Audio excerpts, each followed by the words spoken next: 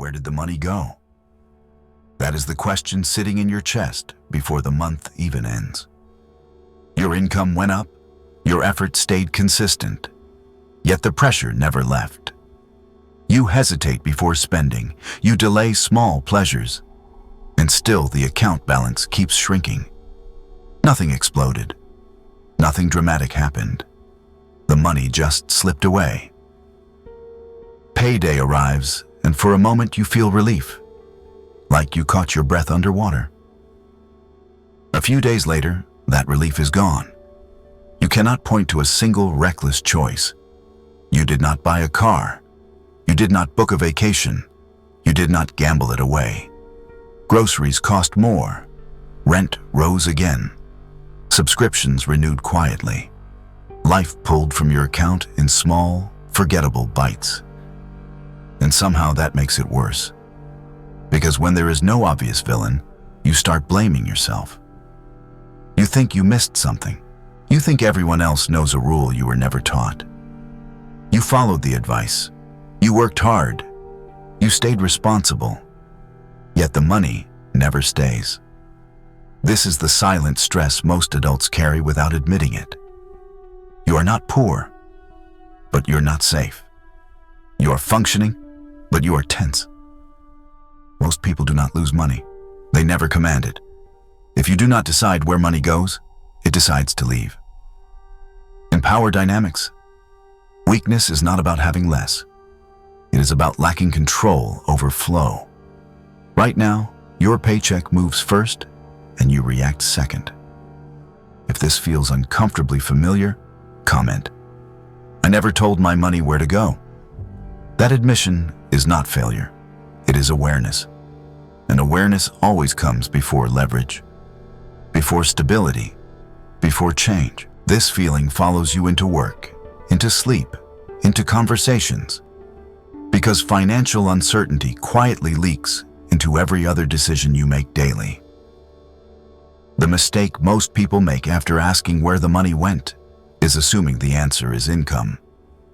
They think one raise will calm the pressure, one better job will fix the tension, one more digit will finally create safety. But the problem is not how much you earn. It is the order your money follows once it arrives. You are not reckless. You are not undisciplined. You are operating without a chain of command. Picture two co-workers making the same salary, living in the same city, paying similar bills. Person A feels permanently behind.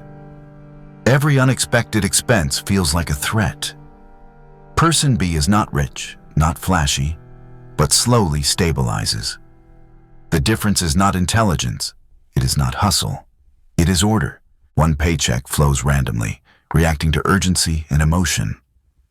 The other follows a fixed path before temptation gets a vote. Income without structure creates anxiety, not security. Order turns the same paycheck into a different life. When money has no hierarchy, every dollar competes, and stress always wins. This is why responsible people still feel exposed. They earn enough to survive, but not enough to relax, because survival without control is still fragile. In every power system, the side that controls distribution controls outcomes. Money works the same way. When you do not decide its priorities, it responds to noise, habits, and pressure instead. That is not a personal failure. It is a structural one. And once you see that the issue is order, not effort, something shifts. The problem becomes solvable. You stop chasing more and start commanding what you already have, which is where real stability quietly begins. This realization reframes money from a moral test into a system problem, which is uncomfortable at first, but empowering once you understand what must change next now. Once you realize the problem is order, not income, the next question becomes unavoidable. Who is actually in control of the flow? This is where the Machiavellian lens matters. Machiavelli never taught people how to save money. He observed who survived unstable systems and who disappeared. The pattern was brutal and consistent. Those who controlled flow endured. Those who reacted to it were eventually pushed out. Money behaves the same way today. It is not a moral reward or a reflection of effort. It functions like power. You do not need a lot of it to feel stable. You need it positioned correctly, at the right moment, before pressure hits. Power is never about abundance. It is about control. That is why two people with identical paychecks experience completely different levels of stress. One feels hunted by every bill. The other feels contained, even with limits. The difference is command. Money obeys structure, not intention. You can plan loosely, hope for discipline, and still lose ground. Intention is invisible.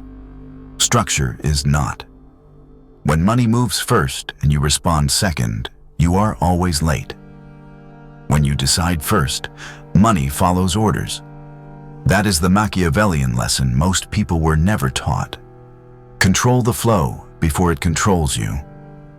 Comment control if you agree that money is about command, not motivation. That single word draws a line. On one side are people waiting to feel ready. On the other are people learning how to position themselves. From here forward, it follows. The moment control enters the picture, survival becomes the priority. This step exists to stop the bleeding before it turns into panic. Many people hesitate before opening their banking app because they already expect stress. Balances, minimums, and due dates create an invisible weight that follows them all month. It is rarely one reckless decision. It is overlapping debt quietly stacking until your body stays tense. That is why the first objective is brutally simple. Do not miss payments. Do not trigger penalties. Do not damage your credit. You do not need a smart strategy yet. You need consistency. One late payment can drop your score, raise future interest rates, limit housing options, and quietly tax your life for years. That is not exaggeration. That is how leverage punishes mistakes. You don't need freedom yet. You need to stop bleeding. Stability comes before strategy. Think of this phase like keeping your head above water. You are not moving forward yet. You are making sure you do not sink. I have watched people with solid incomes collapse because they skipped this step. They chased optimization while ignoring survival. Others did the opposite. They automated minimums, accepted boring routines, and bought themselves time. Time reduces desperation. Desperation is expensive. When the bleeding stops, your nervous system settles. Decisions feel slower, clearer, and less emotional. That is when real planning becomes possible. Until then, this step is protection. Without protection, every other move fails. Investing, budgeting, and side income all collapse when fear drives decisions. This step is quiet, unglamorous, and invisible, which is why it works. People who skip it feel bold briefly, then pay for that courage with constant stress. Choosing boring here is not weakness. It is positioning. With this base secure, momentum stops feeling fragile. The next step builds from this ground, because no structure survives without stability underneath it first. This is the point where most adults realize money stress is not personal failure, but mechanical exposure. Control begins here, not later. Hold this line long enough and pressure loses its voice. The system stops shouting. Space opens. From that space, the next order makes sense. Because survival secured turns chaos into something you can finally direct with intention instead of fear alone. That transition matters. Because control compounds quietly. And what felt fragile yesterday starts supporting bigger moves without demanding constant emotional energy anymore from you daily. Stability creates space. And space reveals a quieter enemy than debt: your own impulses. This is where automation matters. Willpower feels noble, but it burns out fast, especially when money is involved. You can make the right choice 10 times, then undo it on the 11th because you were tired, stressed, or bored. That is not a character flaw. Willpower is a finite resource, and the people who win long-term understand this early. They do not rely on discipline. They remove themselves from the decision entirely. When money moves automatically before it ever reaches your checking account, temptation never gets a vote. Bills get paid. Savings fill. Investments happen quietly. There is nothing to remember and nothing to negotiate with yourself at the end of a long day. Think about a coworker who always seems calm around money. It is not because they are stronger than you. It is because their system already decided for them. Their paycheck is divided the moment it arrives. What they see is what they are allowed to spend. Discipline fails. Systems don't. The best financial move is removing yourself. This is the kind of control Machiavelli understood deeply, not trusting people to behave perfectly, but designing structures that make bad behavior irrelevant. Automation is not laziness. It is strategy. It turns good intentions into consistent outcomes. When you stop depending on motivation, money stops draining through cracks you never notice. The pressure drops. Decisions feel lighter. Control becomes boring, and boring is powerful. Automation removes temptation, but it still leaves one unresolved tension: the feeling that you never know how much you are allowed to live. This is where most people feel permanently short. Not because they lack money, but because they lack a clear operating boundary. Every purchase becomes a question. Every bill creates background stress. You hesitate, then overspend, then compensate with guilt. The solution is not cutting harder. It is separating survival money from strategic money and never confusing the two. Monthly operating money is the amount that keeps your life running without anxiety. Rent or mortgage, food, utilities, transportation, insurance, basic subscriptions. Nothing aspirational, nothing future-focused, just the cost of staying functional. When this number is clear, fear loses leverage. Knowing your floor removes fear. Picture two people with similar expenses. One keeps $3,000 in checking but has no idea how long it will last. Every swipe feels risky. The other keeps $2,500 because that number matches reality. They feel calmer with less because certainty beats excess. Clarity creates calm. This step is about territory. In power dynamics, holding ground matters more than expanding too early. If you cannot protect daily stability, every long-term plan collapses under pressure. That is why this money stays boring and accessible. It is not an emergency fund. It is not investment capital. It is breathing room. When people skip this separation, they sabotage themselves without noticing. They pull from savings to cover groceries, then promise to fix it later. Later never comes. The stress compounds quietly. But when operating money is defined, something shifts internally.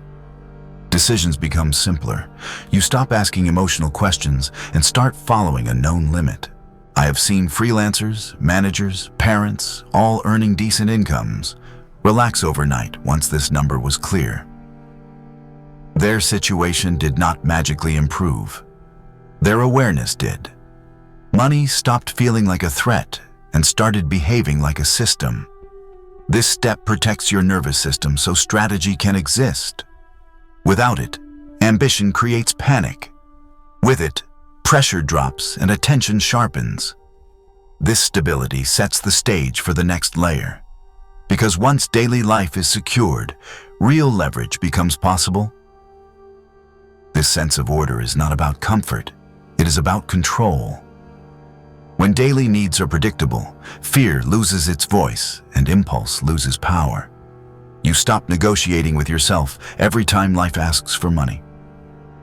That calm is not softness. It is readiness. From here, you can think beyond this week, beyond next month, without your body resisting. That is why this step comes before safety nets and investments. It builds the ground that everything else stands on. And without it, progress feels forced, fragile, temporary, and exhausting. Daily stability creates calm, but calm alone does not create power.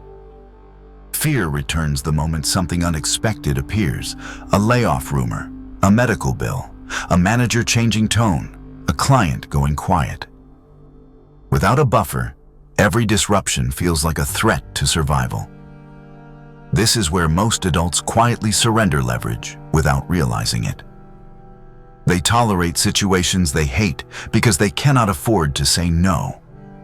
They stay silent in meetings, accept unfair terms, delay necessary exits, not because they lack courage, but because they lack options. Emergency money is not pessimism. It is positioning. Machiavelli understood this instinctively. He did not see reserves as fear. He saw them as silent leverage. The ability to absorb shock changes behavior on both sides of a relationship. When you have 4 to 6 months of real expenses set aside, something shifts internally. You speak slower. You negotiate differently. You stop panicking at every email. The person without that buffer feels it immediately. They agree too fast. They tolerate disrespect. They wait for permission that never comes. Emergency money buys silence. Options are power. Think about 2 coworkers facing the same pressure. One has savings, the other does not. The first can push back, take time, walk away if needed. The second nods, swallows frustration, and hopes things improve. The difference is not confidence. It is leverage. This fund is not for upgrades or investments. It exists to protect choice. When emergencies happen, and they always do, this money prevents desperation from dictating your behavior. Desperation is loud. Leverage is quiet. That is why this step comes before aggressive investing or growth. Growth without protection creates fragility. Protection creates freedom. Comment options. If you're realizing money isn't comfort, it's leverage. That realization changes how you see cash forever. You stop treating it like a cushion and start treating it like a shield. With this shield in place, stress loses its edge. Fear stops driving decisions. You are no longer reacting to every threat. You are choosing responses. This is where Machiavelli briefly steps into view, not to moralize, but to remind you that power belongs to those who can endure pressure without folding. Emergency reserves allow you to endure. They give you time. Time changes outcomes. Once this buffer exists, your life stops feeling like a constant negotiation with risk. You are no longer begging circumstances for mercy. You are prepared. And preparation is what separates survival from control. From here forward, money stops being about calming anxiety and starts becoming about positioning for the long game. Feeling protected in the present does not erase the quiet tension about what comes later. Even with a buffer, most people delay thinking about the future version of themselves. Retirement sits in the background, abstract, distant, easy to postpone, while today's expenses feel immediate and loud.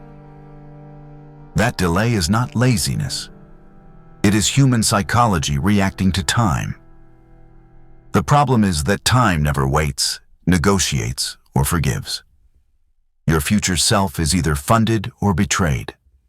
This step is about paying that version of you first, before distractions and pressure get a vote. Retirement contributions are not optimism or hope. They are enforcement. When money is locked away early, Impulse loses access and time starts working on your behalf. Employer matching makes this painfully clear. Turning down a match is not caution. It is rejecting guaranteed leverage.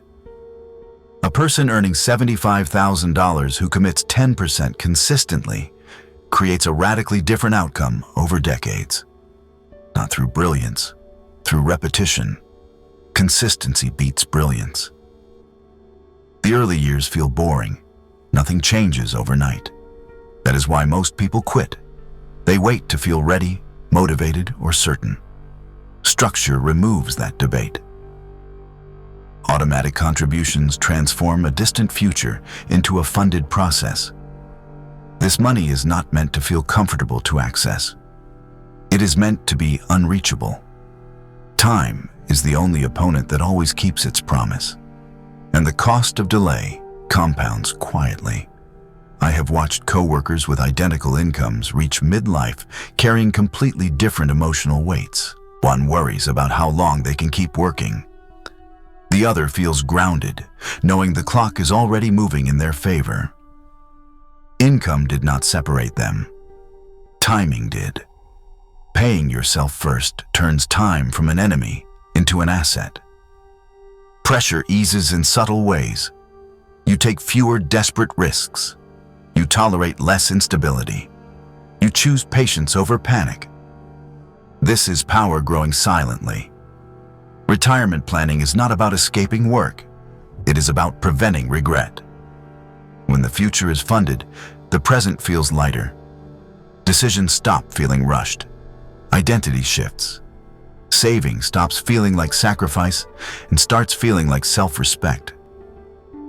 The account grows quietly while life stays loud. Years pass regardless of preparation. Locking money early removes future arguments with reality. You are not predicting success. You are enforcing inevitability. That certainty reshapes choices long before retirement arrives.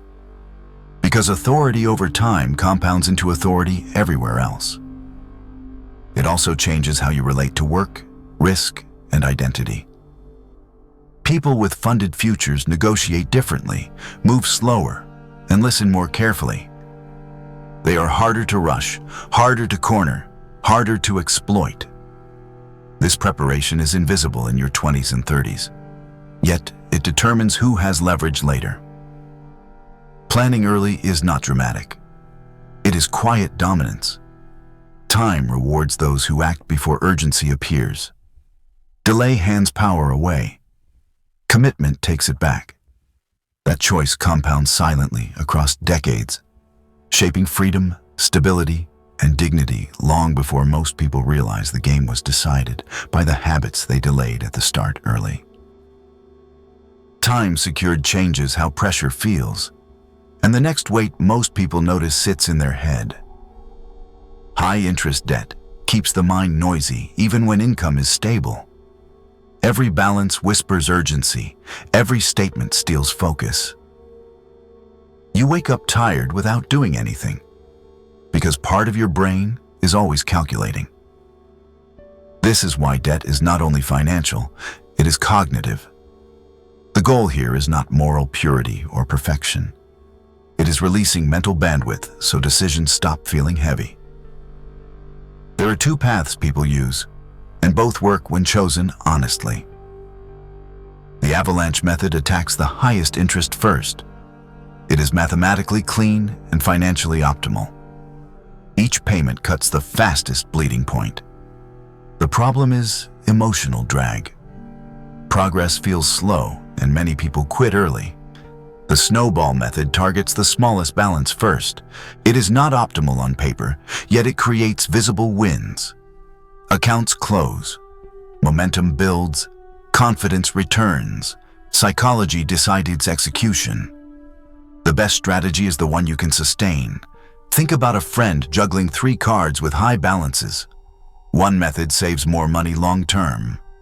The other keeps them consistent for years. Consistency wins. High-interest debt punishes hesitation. Carrying 20% interest silently taxes your future every month.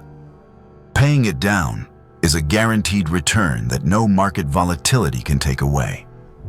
Still, this step is not about heroics. It is about choosing a path you will not abandon when motivation fades. I have seen people proudly choose avalanche, then freeze. I have seen others pick snowball, then quietly clear everything. The difference was not discipline, it was self-awareness. This is the Machiavellian twist most advice skips. Survival favors the strategy you can endure. Clearing high-interest debt frees energy immediately. Sleep improves. Focus sharpens. Choices slow down. Money stops shouting. That relief creates space for better decisions later. People underestimate how much mental energy debt consumes. Removing it feels like lifting a constant weight off your chest. This is why rushing into investing while carrying crushing interest rarely works. The mind cannot play offense while defending nonstop. Clearing this layer is not glamorous. No one applauds. Yet the internal shift is massive. Calm replaces urgency. Planning replaces reaction. You stop managing fear and start directing resources. Once this pressure lifts, money decisions feel lighter. And the next step becomes about expansion instead of recovery. That transition matters. Because energy reclaimed from debt becomes fuel for building, not just surviving. This regained clarity changes relationships, work boundaries, and patience, allowing you to negotiate calmly, wait longer, and act deliberately, which compounds confidence over time and prepares you for growth without panic or exhaustion, while maintaining control under pressure and uncertainty. As the noise from debt fades, another limitation becomes obvious. Money can grow and still leave you trapped. You may be doing everything right on paper, contributing to retirement, watching balances rise. Yet a quiet anxiety remains because nothing feels flexible. The issue is not growth, it is mobility. Money locked away completely obeys rules that do not care about timing, opportunity, or personal context. Liquidity is freedom. Not all money should be locked. Investing beyond a 401k creates movement where rigidity once lived. A Roth account serves growth. You contribute after tax, then let compounding work without future claims. That makes it a powerful place for long-term upside, because every gain belongs fully to you. A taxable brokerage account serves flexibility. It carries taxes, yet it carries access. Access matters more than optimization when life changes quickly. Think of two people with similar net worth. One has everything locked behind retirement rules. The other keeps a portion liquid. The first feels disciplined, yet cornered when plans shift. The second feels adaptable, even with less invested. That adaptability is leverage. Resources that cannot move are easy to control. Markets swing. Jobs disappear. Family needs arrive without warning. Liquid money absorbs shock without forcing desperate choices. This step is not about abandoning discipline. It is about layering control. Growth lives in protected accounts. Mobility lives in taxable ones. Together, they create options.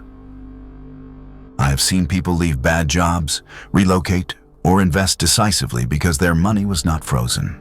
That freedom rarely shows on spreadsheets, yet it shapes outcomes for years. Investing outside a 401k opens an exit door. You may never use it. Yet knowing it exists changes posture. Confidence rises. Panic fades. Money stops feeling like a cage and starts behaving like a tool. With growth and flexibility balanced, income itself becomes the next variable to redesign. That shift completes the move from defense to positioning, where money supports patience, choice, and long-term authority rather than constant reaction. This balance also reshapes how others respond to you. Managers negotiate differently. Opportunities arrive with better timing. You stop explaining urgency and start setting terms quietly. Control attracts respect without announcement. When money can move, you can wait. Waiting changes leverage. Leverage changes outcomes. That is why mobility belongs here, before income expansion, before ambition, before complexity. It keeps power portable and prevents systems from deciding your next move. As income becomes flexible, another vulnerability shows itself. Depending on a single paycheck feels stable until the day it isn't. One email, one meeting, one restructuring announcement, and everything you built starts shaking at once. This is the silent risk most professionals ignore while doing everything right. A single job creates a single point of failure. Machiavelli understood this pattern long before modern careers existed. He warned that dependence is weakness, not because ambition is wrong, but because reliance invites pressure. Dependence is the real risk. Multiple income streams are not greed. They are defense. They reduce how much power any one employer, client, or market has over your life. Think of someone who spends 1 to 5 hours a week building something small. Freelance work, consulting, content, dividends, a simple online product. That modest effort can generate $300 to $1,000 a month. It will not change your lifestyle overnight. It will change your posture. Side income buys breathing room. That breathing room lowers fear, and fear is what keeps people trapped. I have watched capable adults accept worse conditions simply because their entire income came from one source. I have watched others walk away calmly because they had options. The difference was not talent, it was diversification. Machiavelli would call this spreading risk across alliances. When one fails, the whole structure does not collapse. Side income feeds the main system. Extra cash strengthens emergency funds, accelerates debt payoff, expands investments, and increases patience. Patience is leverage. This is not about working 80 hours a week. It is about building redundancy slowly, without panic. One small stream today becomes insurance tomorrow. Over time, dependence loosens its grip. Your job becomes a choice instead of a cage. Conversations change. Negotiations slow down. You stop reacting and start selecting. That shift is quiet and powerful. The goal is not escape. The goal is optionality. When income is diversified, pressure loses its voice. You think clearer. You sleep better. You move deliberately. This step completes the system. Survival is covered. Stability is built. Flexibility exists. Now income itself stops being fragile. And when income is no longer fragile, money finally works for you instead of against you. Because power belongs to those who cannot be easily cornered. This principle applies even when side income starts small. Because momentum compounds quietly. Each stream reduces pressure elsewhere, giving you space to learn, adjust, and scale without desperation.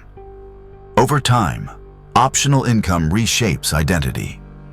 You stop seeing yourself as an employee waiting for approval and start acting like an operator, managing risk, opportunity, and timing with intent.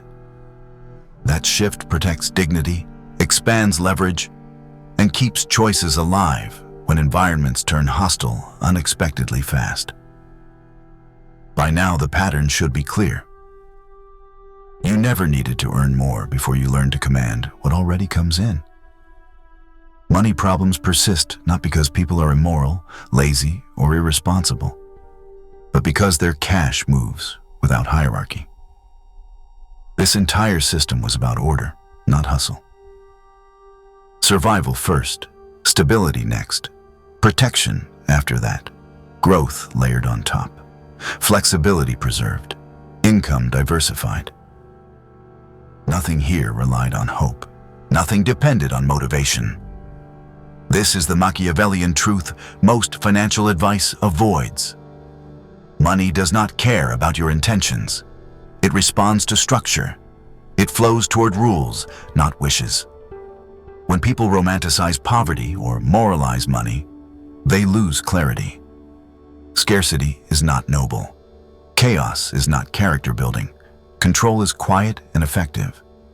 Once you stop asking money to behave and start telling it where to go, stress changes shape. Fear stops driving decisions. You react less and choose more. That shift affects work, relationships, patience, and identity. You become harder to rush, harder to corner, harder to manipulate. Money respects order. Control the flow and the outcome follows. This is not about becoming rich fast.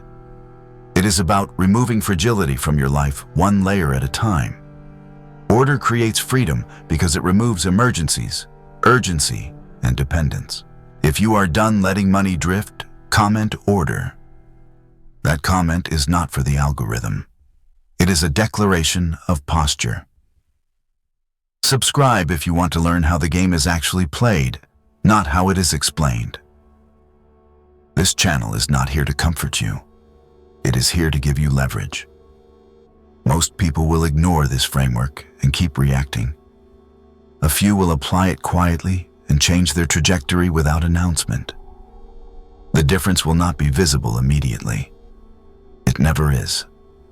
Control compounds silently, and the people who understand that rarely need to explain themselves later. This approach does not require perfection, luck, or genius. It requires repetition, patience, and respect for reality. The system works whether you feel confident or doubtful, because feelings are irrelevant to structure. Order keeps working on tired days and stressful months. That is the point. Quiet systems outlast emotional bursts. When pressure returns, and it always does, order absorbs impact before it reaches you. That protection is freedom in its most practical form. Nothing here asks permission from circumstances, trends, or approval.